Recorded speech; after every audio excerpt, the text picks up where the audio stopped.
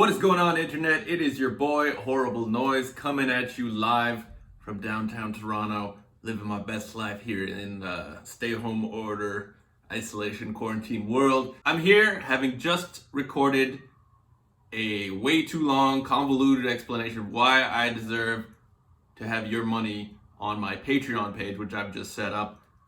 But I'm not going to use that footage, and I'm instead going to say I've started a Patreon. If you want to support me, I will greatly appreciate any donation that you can put over there. I had this whole thing about the fact that I do rescues of animals, specifically snakes, but other things too, and that those things cost money to do. Like sometimes the animal is free, but its care is never free. It's got to eat.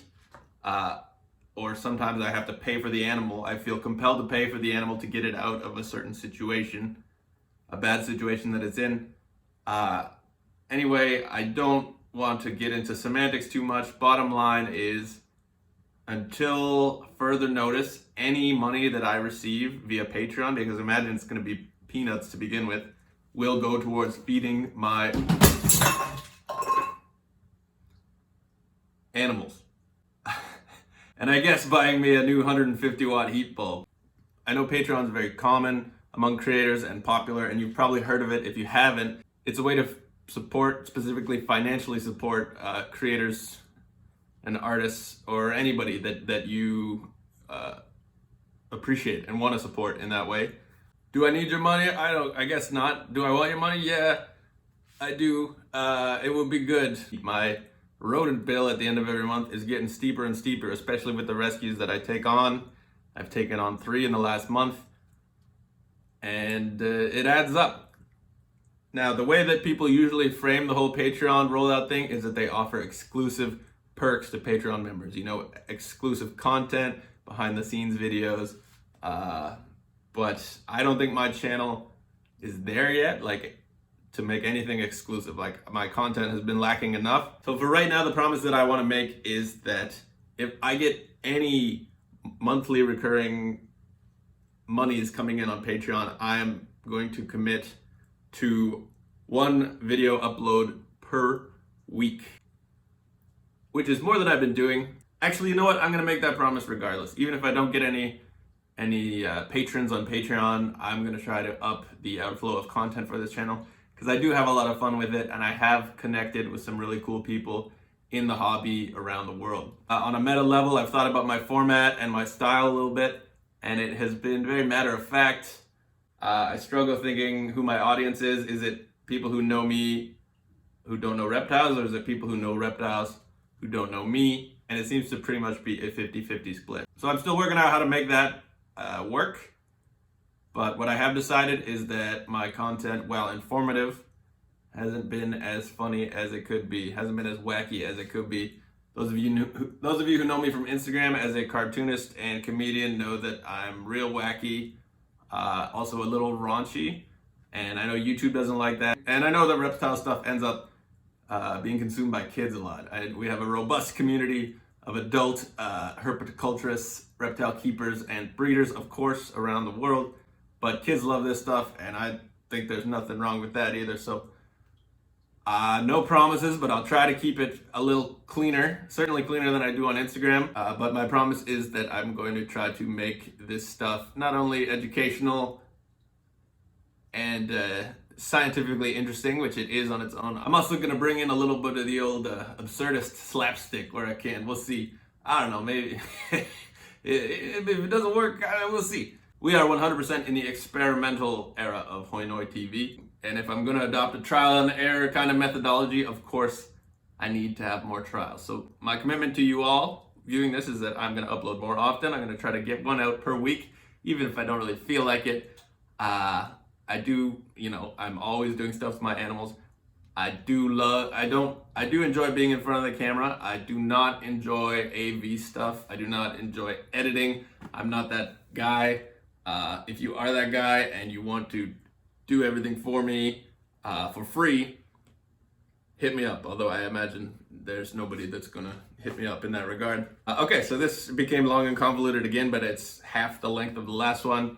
I have a very hard time asking for money on Patreon. I feel like I'm asking for handouts, but I'm not. I'm asking for you to, if you want, give an extra bit of support that helps me create this content and keep doing what I'm doing. If you're somebody who enjoys it. So please consider me. There's a link in the description. You can head over. You could do as little as $1 a month. I don't care. It all counts. If you do choose to support me on Patreon, I will be absolutely eternally grateful to you for life, and I will name my firstborn after you or a name of your choosing. Now that that is out of the way, it is feeding day here in the, whatever we're calling my apartment, the noise cave or the snake dungeon or the reptile ranch or the urban herp house, the urban herp house, the Toronto Serpentine Studio, here at Studio Serpent, here at Slytherin Steve's, here at Uncle Randy's Reptile Ranch. If only my name was fucking Randy. It's feeding day here at Camp Conrad. Welcome to Hoy Noy's Wildlife. I'm no biologist, but I got snakes in my house. Okay. Anyway, I'm still working on the name, but it is feeding day, and I have got some rapid fire feeding clips to show you. Let's feed some snakes. Check out my beard. I've been letting it go. It's quarantine. I can do whatever I want. Don't judge me. All right, here we go. Let's see. Mighty Max has been a fantastic eater so far, but I've never tried to feed him outside of the enclosure. What do you think, buddy? Oh, it's dripping, but I can catch the drips in my receptacle. He's also just going into a bit of a shed, so his eye caps are a bit opaque, but he can use his nose to find the prey item. Come on, Mighty Max. I'm also using smaller rats than would be usually given to a snake this size, but I told you guys in my last video, I bulk bought the wrong size, so I'm just doing, oh, you missed. I'm just doing multiple feedings of smaller prey items. Oh, buddy. I know I said rapid fire, but this is a kind of a different upside down tree feeding situation, so let's do a quick time lapse for this one.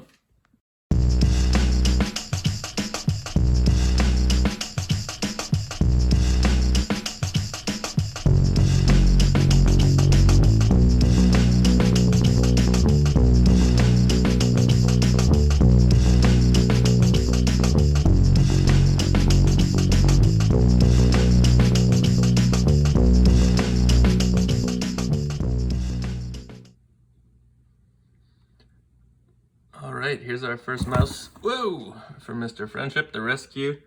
You can see his rat bites from his previous owner feeding him live prey items and leaving them in the tub unsupervised. This is not cool. He has about 8 of these scales that are essentially ripped off. Hopefully they do regenerate. If not, they will at least heal up within, I think, one more shed. He's already had one with me and he's looking a lot better. Thank you, Mr. Friendship. Next up, we've got Snack, my first snake ever, aka Snack the Miracle Snake, because he is the one that was missing for 8 months in the walls of my girlfriend's apartment, and then randomly came back. There you go, buddy. Good on you. Then we have the queen of the scene, Stunner, the super...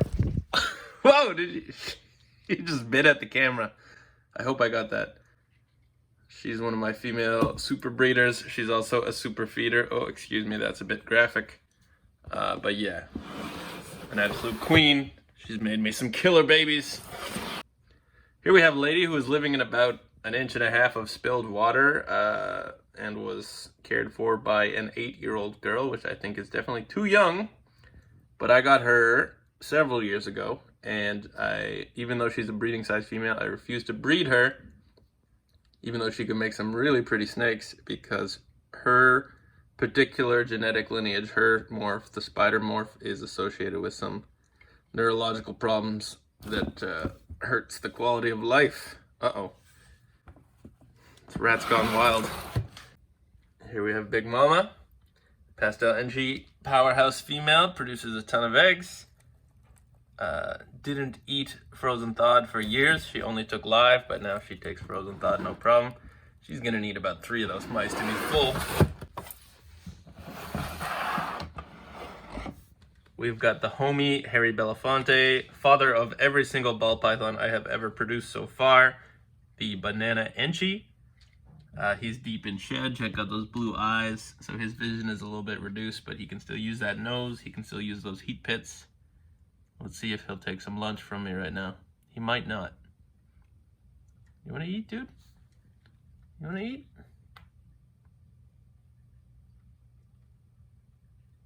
Okay, he looked like he didn't, but then he did. There you go. Moving on to some of my babies. Hello? Hello? Hello? Oh, there you are. Would you like some lunch? There you go. Very good. Well done. That is a normal banana. Here we have my... Whoa, they're getting crazy. Super pastel Enchi pinstripe female named Mona. And here we have the cream of the 2020 breeding crop hiding in the hide. Hey, buddy. This is what we believe to be a Enchi sherbet fly, a very fancy, very expensive ball python who I have decided to name Jorge Luis. Jorge Luis is a 4'9" obese Peruvian tour guide that I met when I was in the Amazon rainforest.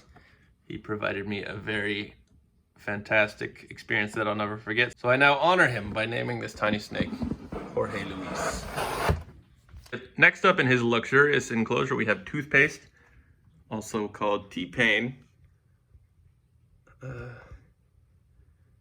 Is he gonna go for it? I think he is. Yeah, good boy. Now you see all these water droplets and the droplets on the animal itself. That is because I just misted him. It's something I do twice a day. They do not drink from a water dish, even though I provide one.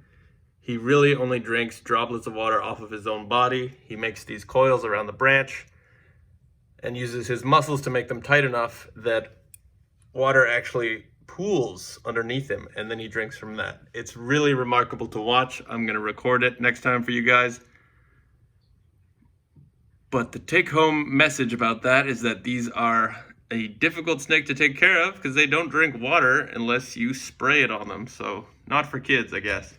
All right, first up in terms of new snakes, from a very reputable source, I paid actual money for this one. It looks like a normal, but it is a phantom female who is breeding weight. And a friend of the channel, I met the guy in Kijiji, but we had a great back and forth, and I believe he is now subscribed. And she was scared at first, but now I think she's gonna take the mouse. You gonna take the mouse? Yeah. Okay, so we'll give her 2 of those and call that a meal.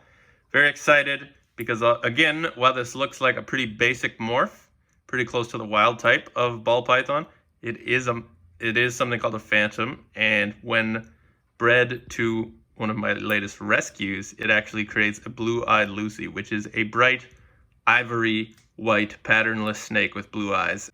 Not only are they super cool, they also carry a bit of a price tag with them, which is exciting. And yeah, this is my latest rescue. Don't have a name for this guy yet, but he is a very large adult lesser ball python. Lesser is the name of the morph, where they have this much lighter pattern than the usual ball python with this kind of rich brown and creamier brown.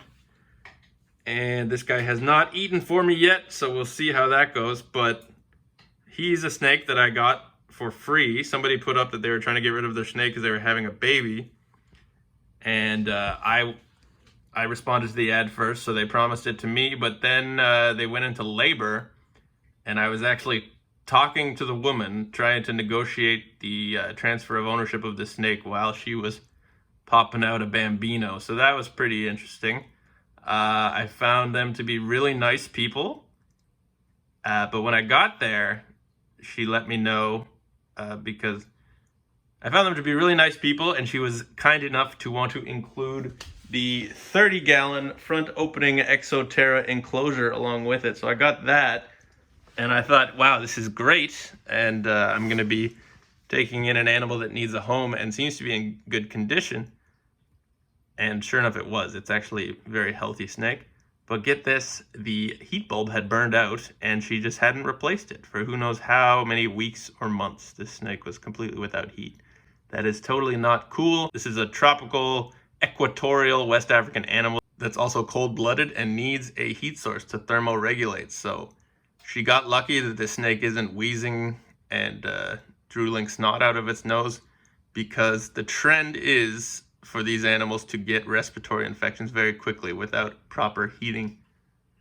So she rolled the dice and won, but I definitely would go as far as to call it abuse that she had this animal without a heat source. His weight is okay. He doesn't have any health issues that I can find. He hasn't eaten for me up till now, but he looks interested, so this is exciting. Come on. I know it's smaller than what you're used to, but we'll give you another one. Yes! Oh my goodness. I'm happy that that is a thing right now, because this snake needed to eat. So the snake that we just saw was a lesser. This is my other new rescue, a pastel lesser. So these snakes are beautiful. This one has beautiful eyes. It was being sold as a female that was 4 years old. I went to their place. I was excited to buy this animal as a breeder. I wanted another female to breed to Harry Belafonte, my Banana NG male, to make some more cool babies.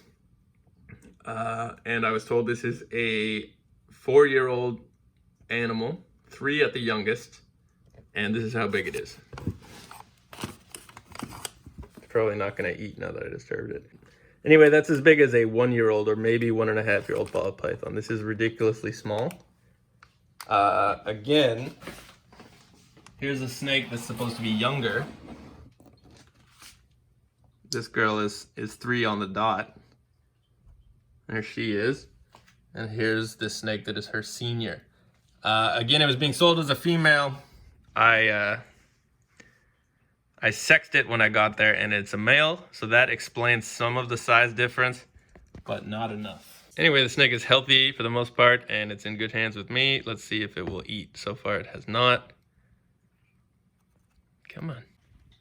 Snake's very nervous, but the need to feed is also a thing, right?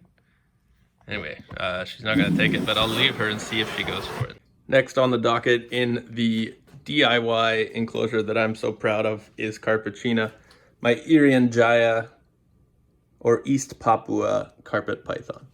Check it out. She was very secretive for her first week or two in this enclosure. She stayed in the hide, but now she spends all of her time out right in front of the glass, checking out what is going on.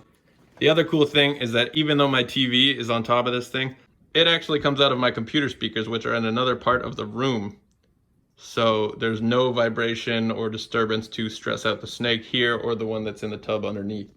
And that's pretty cool. Now, I've been messing around for so long that these mice aren't as warm as they should be, but this snake is usually a pretty good eater, so I think she'll take it anyway. There you go. That was quick. All right, you guys, I take back everything I said about green tree pythons not drinking from the water dish. I have never seen this before from my snake toothpaste or anywhere online. Very excited to see it though, and to know that it does happen. Interesting that only 40 minutes after I misted him down, he's decided to go down here for a drink.